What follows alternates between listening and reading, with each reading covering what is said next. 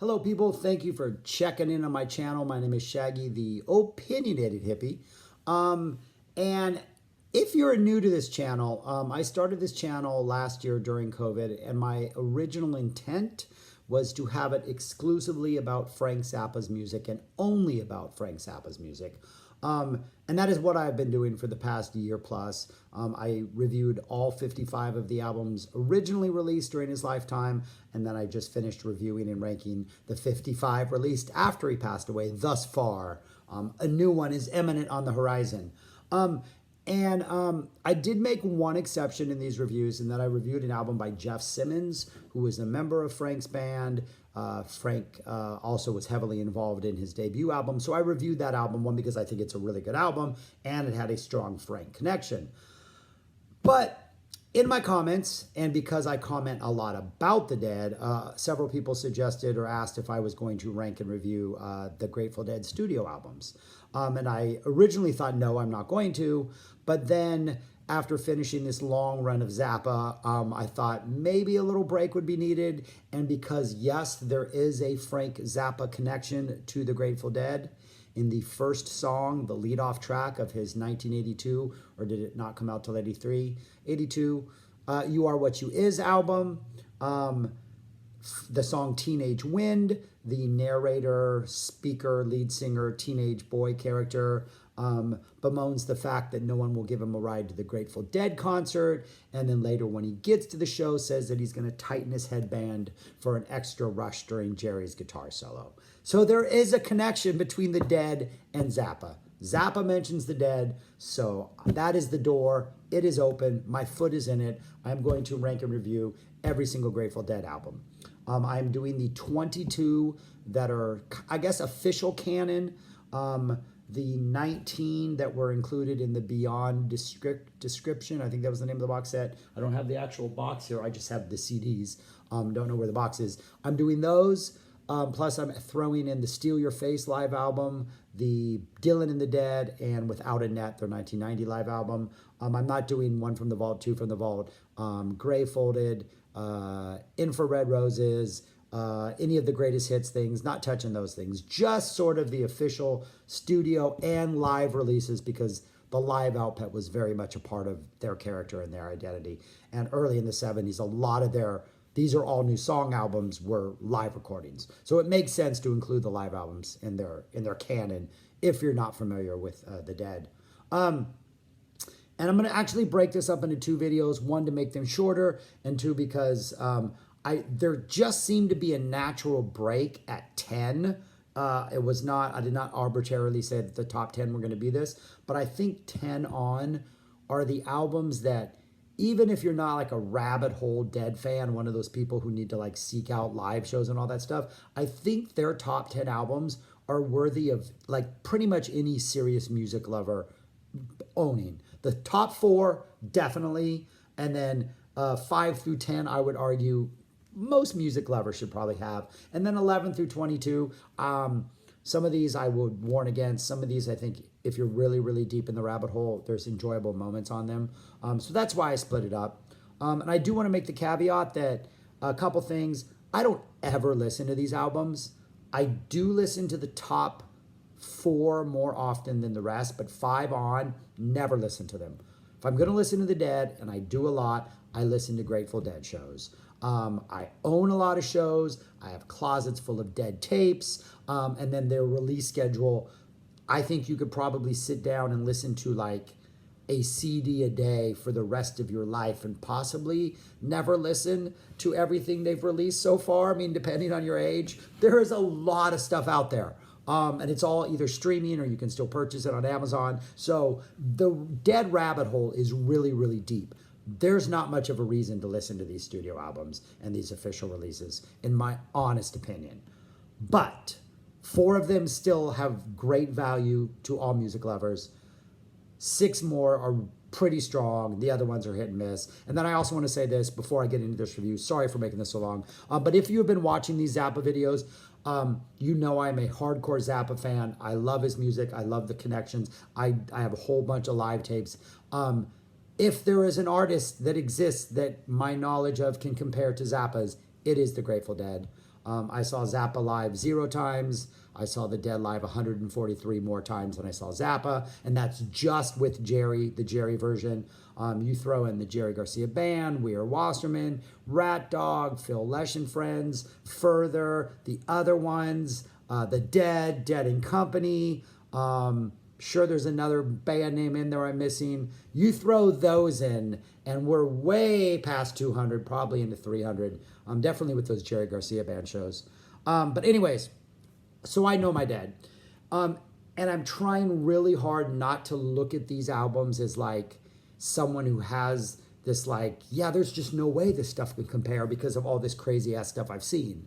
I'm trying to like detach myself from that and try to approach it a little more objectively is not the word because you can never be objective about music, but I'm trying to be more fair than I probably would be.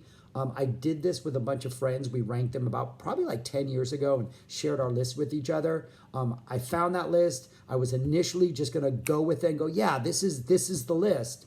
But I decided I had to listen to them at least one more time. And a couple things moved quite drastically. A couple things I think are a lot better than I used to think they were. And then a couple things which I think are well regarded in the community, I think are a lot worse than I remember them being. But anyways, whatever. All right, let's get on. Sorry for all the rambling. I'm now going to get on with the first review. All right, here we go. Number 22, The Grateful Dead's Shakedown Street. This came out in 78. It was produced by Lowell George of Little Feat, which is just like, why is this as horrible as it is? But it's pretty much got, I would say, arguably the weakest track list of all Dead albums. The production is obviously influenced by like a kind of a very sheeny, shiny disco style. There seems to be a lot of bells and whistles that aren't necessary. The sequencing is horrible. It's not a very good effort. Bob's got 3 songs on it, 2 covers that are both just sort of resurrections of old Dead favorites, and then a new sort of rocker, which would become a second set standard. Jerry's got an epic song on here. Mickey's got an epic song on here, but then it's really a whole bunch of forgettable numbers. And the 2 epic songs, these are by far the least interesting versions of them. I mean, any live version is almost better than these 2. But what you get is you get a horrible Good Lovin' to open. It's just, this was a Pigpen classic back in the early 70s. And then it kind of lay dormant for years because Pigpen passed away. But for some reason, Bob decided to bring it back. And then they put it as the lead-off track on this album, and it just sounds horrible. A forgettable song called France follows. France opens with the line, I am not joking, but I'm not going to get it word for word, but it is essentially, there is a place in France where all the ladies dance. Whether or not they were naked, no mention was made, but not a good song. Then we get Shakedown Street, which in a live context was a show opening, set opening powerhouse, had a really good funk jam at the end of it, was just a really good, kind of the Grateful Dead ethos was in the lyrics, you know, don't tell me this town ain't got no heart, just a lot of really good sort of rally and cry lyrics, phenomenal song, good enough to be a good version on here, but it's surrounded by a bunch of other stuff, which is horrible, so it's not strong enough to save the album. Next, a really missed opportunity for the Dead. There's a song called Serengeti, which is Serengeti, which is a percussion piece with Mickey and Bill. It's about 1.5 minutes long. But by the time it kind of gains any momentum, it starts to like fade out, 2 minutes long. And then once it fades out, Fire on the Mountain begins. And Fire on the Mountain became just this crazy powerhouse of a song, you know, that would go like 10 minutes plus, 15 minutes in those really epic 78, you know, versions of them, you know, sometimes even in the 80s. An amazing song. Here you get like 3.5 minutes, sounds kind of weak. Yeah, you can recognize that it's a good song, but it's kind of a disappointment. And I think where the Dead missed the opportunity was, had they taken Serengeti, maybe extended it 1 minute longer, let it naturally kind of segue into Fire on the Mountain and kind of establish that groove, and then Fire can come out of that jam and maybe have a little more of a looser feel about it and not be like, hey, let's make a single. Could have been a really good moment. Put Shakedown Street as the opener. Got to deal with France and Good Lovin'. Just put them in the middle. Would have been a good first side of music, but it's not. Side 2, I Need a Miracle, opens, just kind of a cheesy Bob rocker. The forgettable Donna song, From the Heart of Me. Stagger Lee cover, which is fun, but whatever. I mean, it's can't save this album. An inexplicably resurrected and now on a studio album, again, all new Minglewood Blues. Not sure why Bob is doing this again. I think it worked live. It was fun live. Doesn't really help this album. And then a forgettable Jerry ballad, If I Had the World to Give, to close out the album. Just don't buy it. It's just a waste of time. Maybe listen to Shakedown Street on a streaming service, or buy it for 99 cents. Oh, iTunes doesn't exist anymore, does it? I don't think it does. I don't know. Whatever. But yeah, not a very good album. Number 22, Shakedown Street. Number 21, Grateful Dead, Dead Set. This was a live album released. I don't know when it was released, but it was recorded from 80 shows, so probably released in 81. 80 shows at the Warfield in San Francisco and Radio City Music Hall, New York City. And they did an electric set, which is this, or this is taken from the electric sets from the runs of shows. And then they did an acoustic set, which is on an album, which I'll talk about later. And it almost like the set list is kind of just but then again, it's almost as if in picking these performances, they were like, let's find the safest, most least daring performance we could find. And it's just not a very exciting listen. And because it's not studio, because it is live, I am okay with putting it at the bottom and say, go find any live show from 80, 79, 81. They're out there. They're on Spotify. You can find them and listen to that, because it's going to be better than this. And it's meant to be like a set 1, set 2. So there is that, the first 7 songs are generally songs that the Dead would play in the first set. The next 1, 2, 3, 4, 8 songs are generally what they would play in the second set. But because I think it was 2 LPs, but it fit on 1 disc. It's a pretty, it's not that long of an album. It just never felt momentous like a full show. But you get a Samson and Delilah, A Friend of the Devil, the slow version. Again, I like that the slow version is released, but it just doesn't really go anywhere or do anything. New Minglewood Blues, which had just been on Shakedown Street 2 years earlier. Deal, which just great live song, usually would close the first sets, by the time it reached the 80s and on, but just kind of doesn't go anywhere here. Again, just not that momentous. Candyman, which is another great Jerry song, just kind of boring. Little Red Rooster, okay, whatever. And then Loser. I think Loser is okay because Loser is such an amazingly strong song, but the solo just, again, almost any other live version seems to have more life than these. Second set, Passenger, which gets some kind of interesting energy going. Feel Like a Stranger, which is a good choice for a live, but the jam on this is probably one of the most interesting moments on this entire CD, but it's, it's still too little too late. Franklin's Tower, which is usually just a rollicking feel good, just a really good, first half of the second set, get you going type of song. Just, I don't know, something is lacking here. It just doesn't, maybe because it's so short and it doesn't go on as other, but it never gets, this version, I'm like, yeah, you got to check out that version on Dead Set. I've never said that about any of these songs to anybody.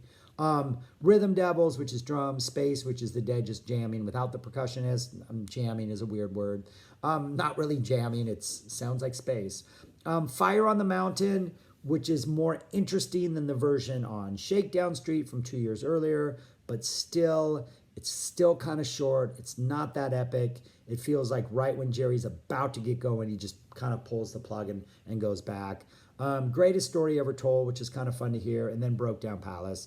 A couple good songs thrown in there, but just go listen to a live show from 78, 79, 80, 81, 82, and you'll find stuff that's much more interesting than this, and I just can't recommend this to anybody. I think this is a waste of time. Number 21. Number 20, this one might not be very popular. I had this a little bit higher on my original list from 10 years ago, but I was just bored. I just thought, even distancing myself from live versions, I thought this was weak.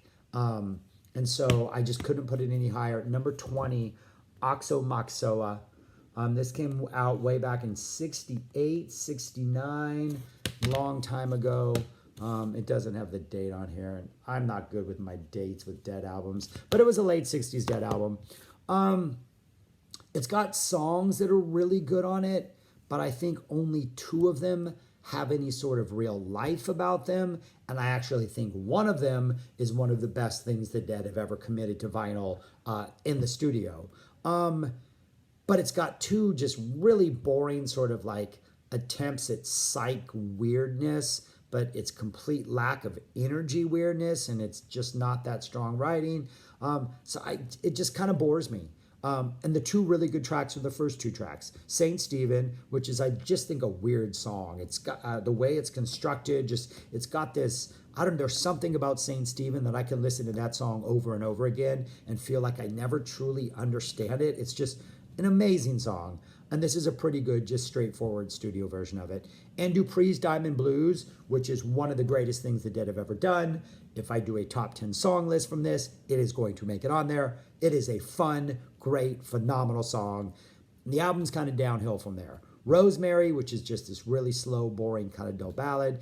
Doing That Rag, which on the surface kind of does all these weird little changes, like it'll be like do this little part and then go like to make a left turn and then kind of make another right turn. I'm doing this backwards. On the surface it kind of feels kind of interesting, but it kind of quickly grows old and you realize it just kind of goes on a little too long. And I just was bored of the song by the end of it, which is never a good thing.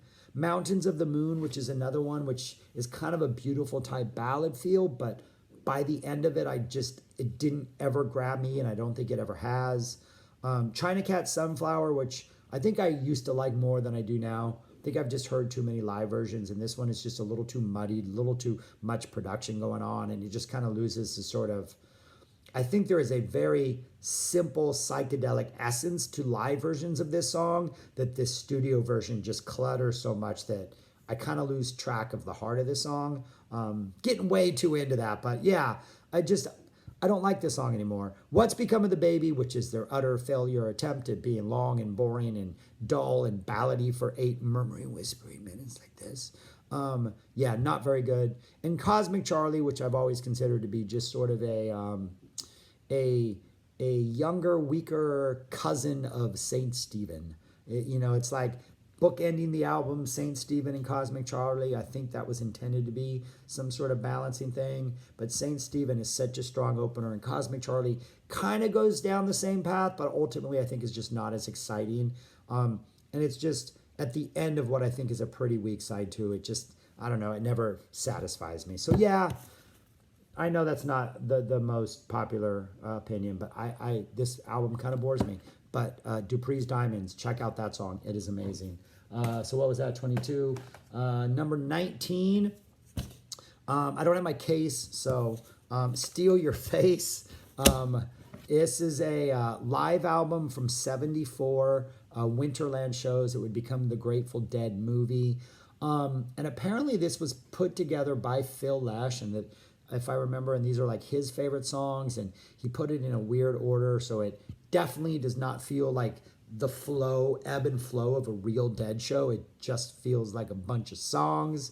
And they're just, again, it's like Dead set. The performances are lifeless.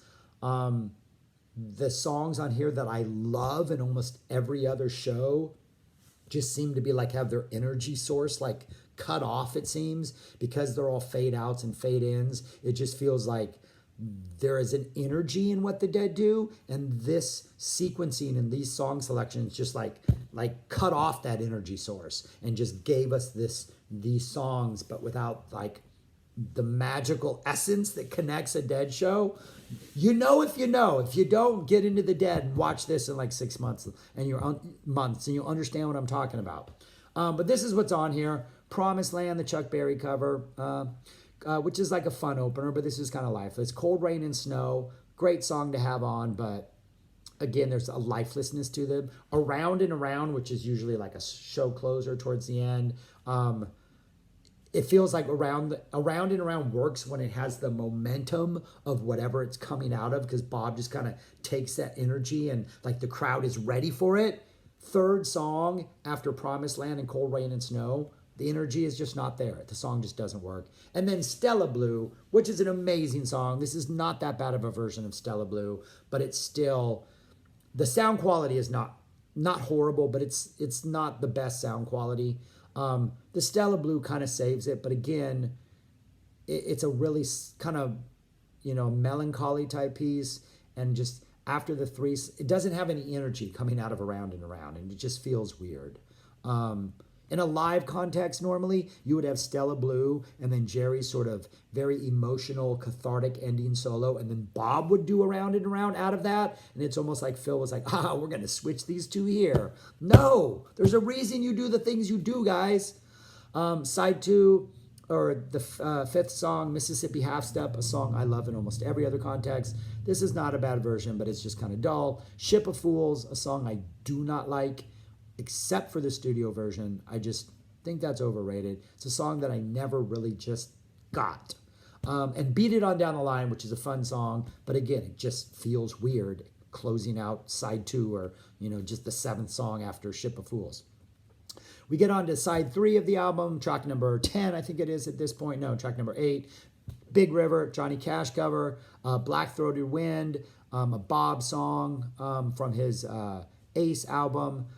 Pretty good song. This is probably one of the highlights of the disc. U.S. Blues, which is a song I also just kind of got bored of, and there's nothing special about this one. And then El Paso, the Marty Robbins cover, which again just feels out of context and doesn't really work in the flow of this set. And then the side 4 is Sugaree, another phenomenal Jerry song that just doesn't work for me in this version. I don't know what it is. It Must Have Been the Roses follows that, which doesn't help with this weird energy level. And then Casey Jones, a just utterly sluggish Casey Jones, closes out the disc. I don't like this. My complaints about this are like my complaints with Dead Set. It is a live album. I'm not comparing studio to live. I'm comparing live to every other live show that is almost out there, and this just cannot hold a candle to any random show from 74 or 73 or 76, or just pick another random show from those years, and you will enjoy it more than this album, Steal Your Face. Number 19. Number 18, Grateful Dead from the Mars Hotel. This has some good stuff on it, but it has some really, really bad stuff on it. And it's also kind of boring. And there's some missed opportunities here that kind of frustrate me. So it opens up with U.S. Blues, which not a very good opener, not a very inspired song. It's fun in a live context, but every time I pick up this album or look at this album, I'm like, I like to listen to albums in their entirety. The mere presence of U.S. Blues makes me not want to put this on. But then you get China Doll, great song. The studio version is missing some of that Jerry fragility that he has in his singing, that not being quite able to hit the right notes when he sings. There's something about China Doll live, and Jerry's just like, how's he going to do, that makes them so magical. This is a good version of it. It's just, I think live it's a little better. Unbroken Chain, phenomenal song. Phil Lesh song, great version. This is the Dead at their kind of proggy, jammy best. This album is almost worth it just for that song alone, but I'm almost positive you can find it elsewhere. Loose Lucy, this is the very fast version of Loose Lucy, which is like a Jerry Rocker type song. And when they would do it live, they would kind of slow it down a little bit and make it a little funkier. And when I was listening to this the most recent time, not remembering that there were like bonus tracks at the end on all of these, and I was thinking, man, it would have been cooler. This album would have been much better had they done the slowed down version in the studio. Well, one of the bonus tracks is a slowed down version of Loose Lucy. And had that version been on instead of the fast version, had the sequencing of the album been like resequenced, this probably could have been, like, those two changes alone could have made it a much better album. Because side 2 starts off with Scarlet Begonias, one of Jerry's best songs, an epic live song. This version is good. I think this version is worth checking out. But I do think you could have, All right, I just had a weird like brain moment because I'm like, man, this has Unbroken Chain and Scarlet Begonias. Those are like two really good songs. How did I rank this? Like, what am I at, 18? And then I'm like, oh, then I looked at the rest of what was on here and I was like, oh yeah, okay, that's why. So you got Scarlet Begonias, which is a phenomenal song.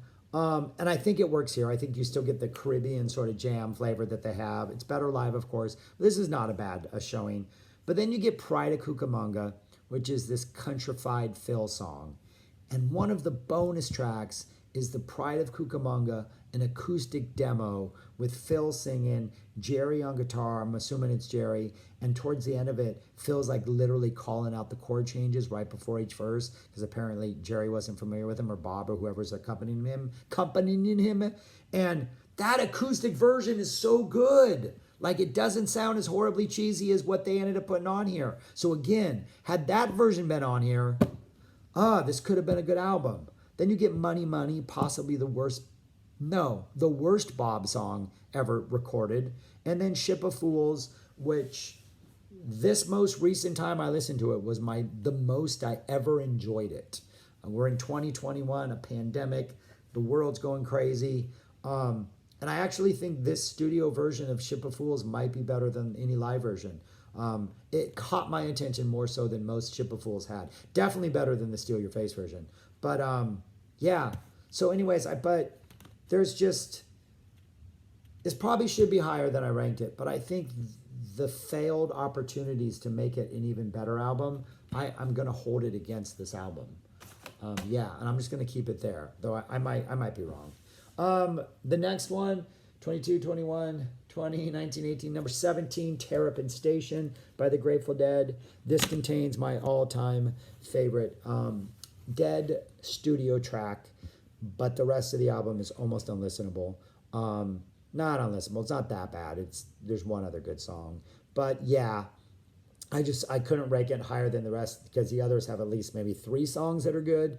And though the one song I like on here takes up an entire side, I do recognize that it is like, maybe not for everyone, maybe a little too cheesy. It's got like strings and horns, and I think there's a choir, all kinds of weirdness going on. But I love it. It's also my all-time favorite Dead song, but that's the title track, Terrapin Station. The version on this album, which is all of side 2, has like the first 2 parts of what the Dead would normally play live, which was Lady with the Fan into Terrapin Station. Then there's kind of a jam at the end. I think they called Terrapin is the name of the jam. It's the official name of the jam.